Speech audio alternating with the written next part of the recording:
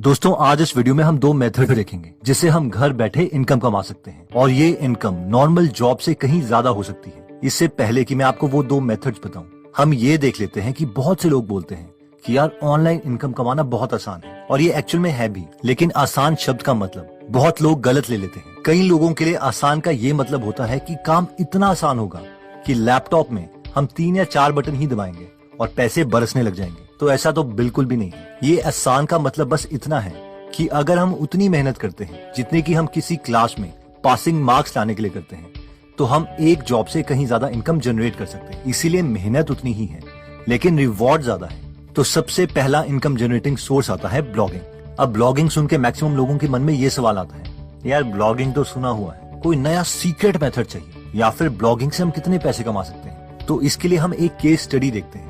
Blogging में सबसे बड़ा नाम है नील पटेल का, जिन्हें काफी लोग जानते हैं और ब्लॉगिंग से रिलेटेड ये काफी पेड कोर्सेज भी देते हैं। तो ये स्टोरी है 2 साल पहले की, जब इनके सब्सक्राइबर्स ने इन्हें बोला था कि पहले ब्लॉगिंग से पैसा कमाना आसान था, लेकिन अब ब्लॉगिंग से बिल्कुल भी पैसा नहीं कमाया जा सकता, क्योंकि जो लोग ऑलरेडी ब्लॉग बना चुके हैं वही मैक्सिमम पैसे कमा रहे हैं। इस पर नील ने कहा नहीं, ऐसा नहीं है, ब्लॉगिंग अभी भी पॉसिबल है। अब नील पटेल को इनके सब्सक्राइबर्स ने चैलेंज किया कि ठीक है, तुम एक नया ब्लॉग बना के दिखाओ, लेकिन वो नया ब्लॉग किसी और फील्ड में होगा जिसमें तुम एक्सपर्ट नहीं हो और ना ही तुम अपनी आइडेंटिटी यूज कर सकते हो, क्योंकि तुम्हें लोग पहले से जानते हैं। तुम बिल्कुल एक नए ब्लॉगर की तरह स्टार्ट करोगे और तुम्हारे पास सिर्फ तुम्हारी नॉलेज होगी। और नील पटेल ने ये चैलेंज एक्सेप्ट कर लिया और उन्होंने एक कम्प्लीटली नया ब्लॉग स्टार्ट किया न्यूट्रिशन की फील्ड, जिनके बारे में उन्हें बिल्कुल भी नॉलेज नहीं थी। और उन्होंने कहा कि मैं अगले 12 महीने में इस ब्लॉग को इतना केपेबल बना दूंगा कि वो मुझे $100,000 यानी करीबन 70 लाख रुपए जनरेट करके, एंड एज एक्सपेक्टेड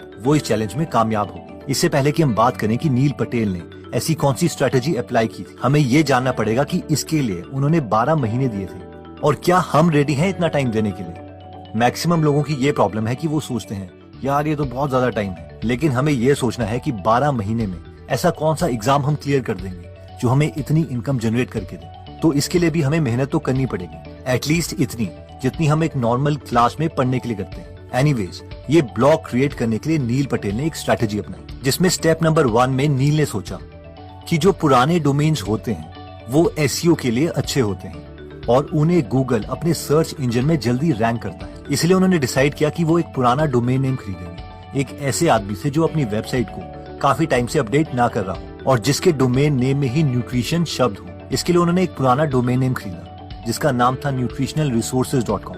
अगर हम कोई पुराना डोमेन नेम लेना चाहते हैं तो हम expireddomains.net से ऐसे डोमेन्स खरीद सकते हैं। स्टेप नंबर 2 में उन्होंने एक फेसबुक पेज क्रिएट किया न्यूट्रिशन के बारे में और उसे नाम दिया न्यूट्रिशियस लिविंग और उसमें कुछ पोस्ट्स डाले। उसके बाद उन्होंने एक फेसबुक एड चलाई ताकि उस पेज में कम से कम 50,000 लाइक्स आ जाए, जिसके लिए उन्होंने सिर्फ इंग्लिश स्पीकिंग लोगों को टारगेट किया। स्टेप नंबर 3 में उन्होंने रियलाइज किया कि वो अपने ब्लॉग में पहले महीने सिर्फ 4 पोस्ट ही डाल सके थे और वो भी कुछ खास नहीं थे, क्योंकि उन्हें न्यूट्रिशन के बारे में उतनी नॉलेज नहीं थी।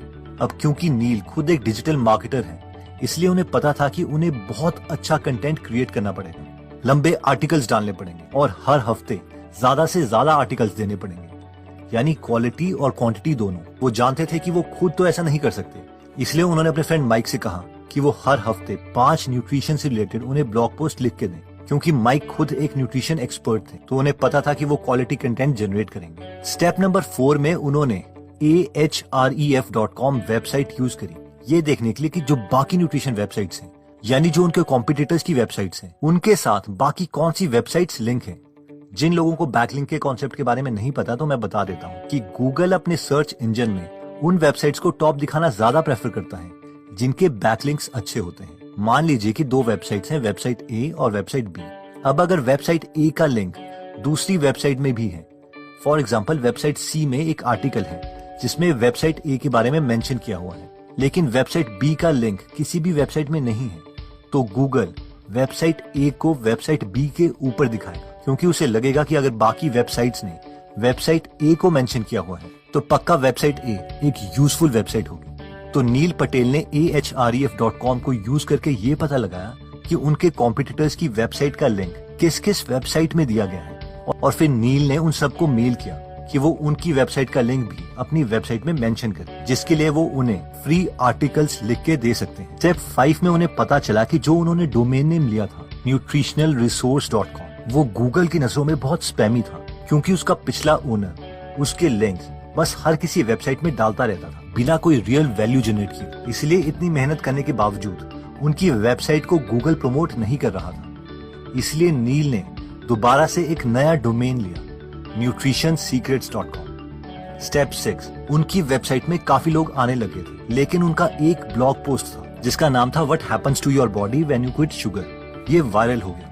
इसके बाद नील पटेल ने buzzsumo.com वेबसाइट यूज करी और ये देखा उनका ही आर्टिकल कौन कौन लोग शेयर कर रहे हैं, और इन सब लोगों को नील ने मेल करी और अपने ब्लॉग के नए आर्टिकल्स के बारे में इंट्रोड्यूस किया। ये एक विन विन सिचुएशन थी, उन ऑडियंस के लिए भी जिन्हें नए आर्टिकल्स पढ़ने को मिल सकते थे, और नील के लिए भी क्योंकि उनकी वेबसाइट में नए लोग आ रहे थे, ज्यादा ट्रैफिक आ रहा था। buzzsumo.com की वेबसाइट में उन्होंने ये भी नोटिस किया कि लोग बेली फैट को रिड्यूस करने के लिए कई आर्टिकल्स शेयर कर रहे थे। इसलिए उन्होंने अपने दोस्त माइक को ऐसे आर्टिकल्स लिखने के लिए एनकरेज किया। स्टेप नंबर 7, अब हर महीने नील के ब्लॉग में करीबन 60,000 के करीब लोग आ रहे थे, तो नील ने सोचा कि अब वेबसाइट को मोनेटाइज करना चाहिए।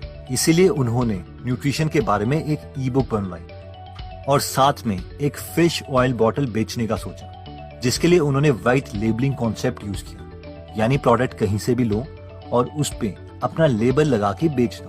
इसे उन्होंने Amazon पर लिस्ट कर दी और उसके बाद जो वेबसाइट विजिटर के ईमेल आईडीज उन्होंने कलेक्ट किए थे उन सबको मेल करना स्टार्ट किया कि वो ये फिश ऑयल डिस्काउंटेड प्राइस पर ले सकते हैं अगर वो प्रॉमिस करें कि वो Amazon पर एक अच्छा रिव्यू देंगे। स्टेप नंबर 8, इससे उन्होंने अपने पहले महीने करीबन $18,000 जनरेट किए, यानी करीबन 1.5 लाख रुपए। उनके फ्रेंड माइक ने अच्छे आर्टिकल्स लिखना कंटिन्यू रखा।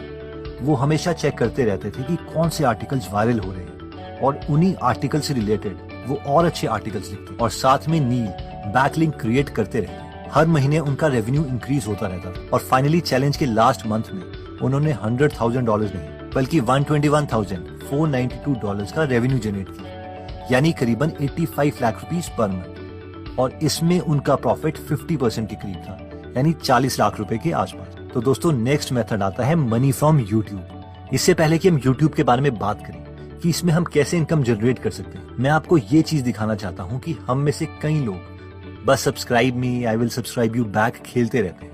यार आप एक बात बताओ, अगर मैं आपके YouTube चैनल में सब्सक्राइब कर भी लूं तो भी आपको क्या फायदा हो? आप ऐसी कौन सी गेम खेल लोगे जिसकी वजह से मैं आपका कंटेंट देख लूंगा? अगर आप जेन्युइनली चाहते हो कि आपका कंटेंट कोई देखे तो जेन्युइनली आपको अपने कंटेंट पर काम करना पड़ेगा। पता नहीं कौन से ऑनलाइन गुरु से आप लोग एडवाइस लेते हो, लेकिन YouTube एल्गोरिथम इतना स्मार्ट हो चुका है कि जब तक आप ऑडियंस को एक्चुअल में एंगेज नहीं कर सकते तब तक आप कभी YouTube में सक्सेसफुल नहीं हो सकते। और ये एल्गोरिथम स्मार्ट होता ही रहेगा, क्योंकि वैसे भी ये लोग AI यानी आर्टिफिशियल इंटेलिजेंस यूज कर रहे हैं। और अगर आप लोग इतने लोगों को बिना वैल्यू दिए बस सब्सक्राइब करवा भी लोगे, और वैसे भी YouTube में जो ये कमेंट्स लिखे जाते हैं वो स्पैम फोल्डर में ही जाते हैं। तो अब सवाल ये आता है कि फिर जब हम YouTube चैनल बनाएं तो किस चीज पर फोकस करें? तो अगर मुझे अभी नया YouTube चैनल बनाना हो तो मैं शुरू में सिर्फ इन 4 चीजों पर फोकस करूंगा, जिसमें सबसे पहले आता है content. Content is the king. अगर आपका कंटेंट आउटस्टैंडिंग है तो आपके व्यूअर्स सब्सक्राइब करेंगे ही करेंगे। कंटेंट क्रिएट करते वक्त ये मत सोचो कि यार ये तो बेस्ट चीज है, ये तो मेरा सबसे बड़ा सीक्रेट है, ये मैं किसी को नहीं बताऊंगा। सबसे बेस्ट चीज जो आप कर सकते हो वो यही है कि आप अपना बेस्ट कंटेंट लोगों को फ्री में दो, तभी वो आपसे कनेक्ट करेंगे। अगर मैं अपने दूसरे चैनल गीगल बिजनेस की बात करूं तो उसमें सिर्फ 5 वीडियोस हैं, लेकिन मैंने ऐसा कंटेंट डाला है जिसके लोग पेड कोर्सेज बना के बेचते हैं, और इसीलिए व्यूज के कंपैरेटिवली इसमें सब्सक्राइबर्स काफी ज्यादा हैं। अगर आप बिजनेस में इंटरेस्टेड होंगे तो आपको ये कंटेंट एक्चुअल में बहुत काम आएगा। अब ऐसा नहीं है कि जब तक हमें बहुत ज्यादा नॉलेज नहीं हो जाती तब तक हम कोई YouTube चैनल स्टार्ट ही नहीं कर सकते। ऐसे तो हम कुछ कर ही नहीं पाएंगे। बस हमें एक टॉपिक सेलेक्ट करना है और उसमें हमें जेन्युइनली इतनी नॉलेज गेन करनी है जितना अच्छा कंटेंट क्रिएट करने के लिए जरूरी है।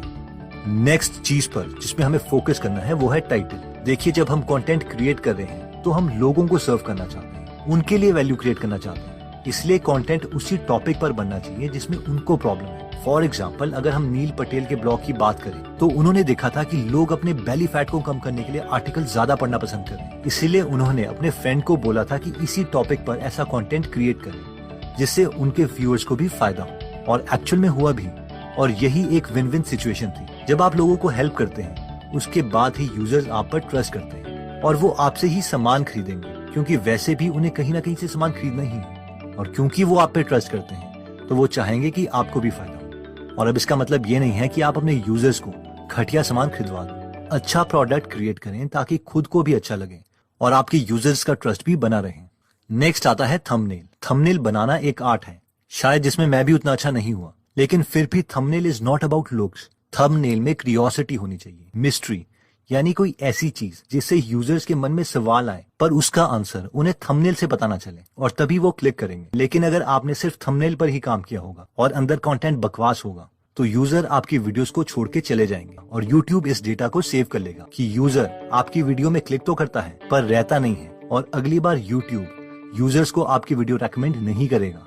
नेक्स्ट आता है शेयर। अगर हमने बेस्ट कंटेंट क्रिएट कर दिया है और एक अट्रैक्टिव टाइटल और थंबनेल भी बना दिया है तो अब हमें इस कंटेंट को शेयर करना पड़ेगा। हम स्टार्ट कर सकते हैं अपने फ्रेंड्स और फैमिली मेंबर्स के साथ जिन्हें ये कंटेंट अच्छा लगे, और अगर वो इस टॉपिक में इंटरेस्टेड है जिसमें हमने कंटेंट बनाया है तो वो इस कंटेंट को आगे भी शेयर करेंगे। हम एडवर्टाइजमेंट में भी थोड़े पैसे इन्वेस्ट कर सकते हैं ताकि वीडियोस को थोड़ा बूस्ट मिले, लेकिन हमें सिर्फ उन्हीं वीडियोस को एडवर्टाइज करना है जो ऑलरेडी सक्सेसफुल हैं, जिन्हें लोग पसंद कर रहे हैं। अगर हम उन वीडियोस को बूस्ट करते हैं जिन्हें लोग पसंद नहीं कर रहे हैं तो इससे आपका एवरेज टाइम वॉच्ड पर वीडियो ये कम हो जाएगा। और एडवर्टाइजमेंट तभी स्टार्ट करें जब कम से कम हम 10 वीडियोस पोस्ट कर चुके हों। तो दोस्तों, इस वीडियो में हमने ऑनलाइन पैसे कमाने के 2 मेथड्स देखे, जिसमें सबसे पहला मेथड था ब्लॉगिंग। ब्लॉगिंग में हमने नील पटेल की केस स्टडी देखी। ब्लॉगिंग में अपॉर्चुनिटी तो बहुत है, लेकिन हमें टाइम स्पेंड करने के लिए भी रेडी रहना चाहिए। लेकिन अगर हम कंटिन्यूटी मेंटेन करते हैं तो एक नॉर्मल जॉब से कहीं ज्यादा इनकम जनरेट कर सकते हैं। नेक्स्ट मेथड हमने देखा था मनी फ्रॉम यूट्यूब। इसमें हमने देखा था कि सबसे इंपॉर्टेंट पार्ट है कंटेंट,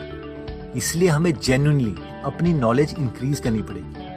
अगर आप बुक समरी से अपनी नॉलेज इंक्रीज करना चाहते हैं तो आप गीगल ऐप डाउनलोड कर सकते हैं, जहां पर हम हिंदी में बुक समरीज बनाते हैं। और अगर आपको फ्री समरीज की क्वालिटी अच्छी लगती है तो आप प्रीमियम मेंबरशिप भी ले सकते हैं। और लॉकडाउन पीरियड में, यानी आज 3 मई 2020 तक, हम फर्स्ट 100 यूजर्स को 100 रुपीज का डिस्काउंट दे रहे हैं, जिसके लिए आप सेव 100 प्रोमो कोड यूज कर सकते हैं। अगर अभी आप अपने ऊपर इन्वेस्टमेंट नहीं करना चाहते तो भी आप इस एप्लीकेशन में फ्री में समरीज सुन सकते हैं। अभी भी इस एप्लीकेशन में 150 से ज्यादा फ्री समरीज अवेलेबल है और हर हफ्ते हम फ्री समरीज ऐड करते रहते हैं। यूट्यूब में कंटेंट के बाद हमने देखा था टाइटल, यानी ज्यादा प्रेफर करें कि उन वीडियोस में कंटेंट क्रिएट करें जिसमें लोग इंटरेस्टेड हैं, ना कि हम खुद।